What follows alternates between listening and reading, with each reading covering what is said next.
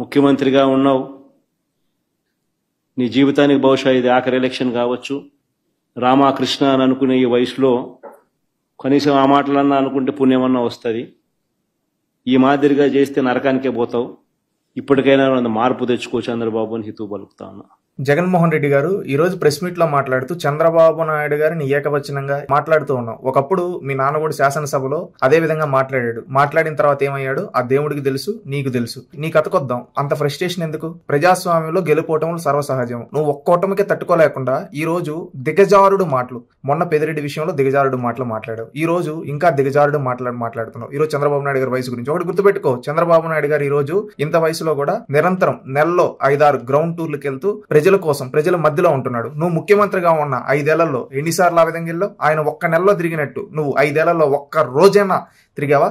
దీనికి సమాధానం చెప్పి ఈ రోజు నువ్వు ఫ్రస్ట్రేషన్ లో మాట్లాడి శాపనార్థాలు పెడుతున్నావు. శాపనార్థాలు పెట్టే వాళ్ళని ఊరల్లో వాళ్ళు కూడా నిన్ను చూసి ఇంత దిగజారిపోయాడు ఏంటి అని అనుకుంటున్నారండి. గౌరవంగా మాట్లాడండి, గౌరవం ఇచ్చి పుచ్చుకోండి. అంతేగాని శాపనార్థాలు పెట్టడం, ఫ్రస్ట్రేషన్ లో దిగజారుడు మాట్లాడితే ప్రజలు ఎవ్వరు చూస్తూ ఉండరు. మీ నాన్నగారు మిమ్మల్ని బెంగళూరుకు తరింగొట్టాడని చెప్తారు. ఎందుకు తరింగొట్టాడా అంటే ఈ టైప్ ఆఫ్ మెంటాలిటీ ఉంటే ఏ తండ్రైనా తరింగొడతాడు పిల్లల్ని. ఆ విధంగా తరింగొట్టాడు. ఇక్కడ కూడా నువ్వు దిగజారు మాట్లాడుతుంటే రేపు ఆంధ్రప్రదేశ్ రాష్ట్ర ప్రజలు నిన్ను దిగజార్చి రోడ్డు పైన పరుగులెత్తిచ్చి కొడతారు, ప్రజలు కొడతారు. ఎందుకంటే ఇలాంటి మాటలు మాట్లాడితే ప్రజలు హర్షించరు. ప్రజాస్వామ్యబద్ధంగా మాట్లాడాలి, గుర్తుపెట్టుకోండి. ముఖ్యమంత్రిగా ఉన్నావు, నీ జీవితానికి బహుశా ఇది ఆఖరి ఎలక్షన్ కావచ్చు. రామకృష్ణ అని అనుకునే ఈ వయసులో కనీసం ఆ మాటలన్నా అనుకుంటే పుణ్యమన్నా వస్తుంది. ఈ మాదిరిగా చేస్తే నరకానికే పోతావు. ఇప్పటికైనా మార్పు తెచ్చుకో చంద్రబాబు అని హితవు పలుకుతా ఉన్నా.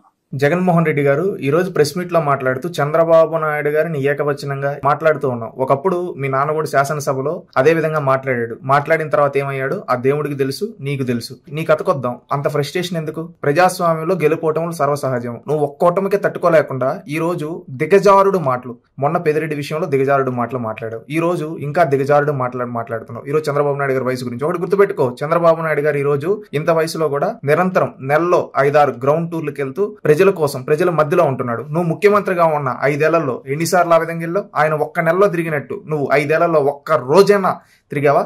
దీనికి సమాధానం చెప్పి ఈ రోజు నువ్వు ఫ్రస్ట్రేషన్ లో మాట్లాడి శాపనార్థాలు పెడుతున్నావు. శాపనార్థాలు పెట్టే వాళ్ళని ఊరల్లో వాళ్ళు కూడా నిన్ను చూసి ఇంత దిగజారిపోయాడు ఏంటి అని అనుకుంటున్నారండి. గౌరవంగా మాట్లాడండి, గౌరవం ఇచ్చి పుచ్చుకోండి. అంతేగాని శాపనార్థాలు పెట్టడం, ఫ్రస్ట్రేషన్ లో దిగజారుడు మాట్లాడితే ప్రజలు ఎవ్వరు చూస్తూ ఉండరు. మీ నాన్నగారు మిమ్మల్ని బెంగళూరుకు తరింగొట్టాడని చెప్తారు. ఎందుకు తరింగొట్టాడా అంటే ఈ టైప్ ఆఫ్ మెంటాలిటీ ఉంటే ఏ తండ్రైనా తరింగొడతాడు పిల్లల్ని. ఆ విధంగా తరింగొట్టాడు. ఇక్కడ కూడా నువ్వు దిగజారు మాట్లాడుతుంటే రేపు ఆంధ్రప్రదేశ్ రాష్ట్ర ప్రజలు నిన్ను దిగజార్చి రోడ్డు పైన పరుగులెత్తిచ్చి కొడతారు, ప్రజలు కొడతారు. ఎందుకంటే ఇలాంటి మాటలు మాట్లాడితే ప్రజలు హర్షించరు. ప్రజాస్వామ్యబద్ధంగా మాట్లాడాలి, గుర్తుపెట్టుకోండి.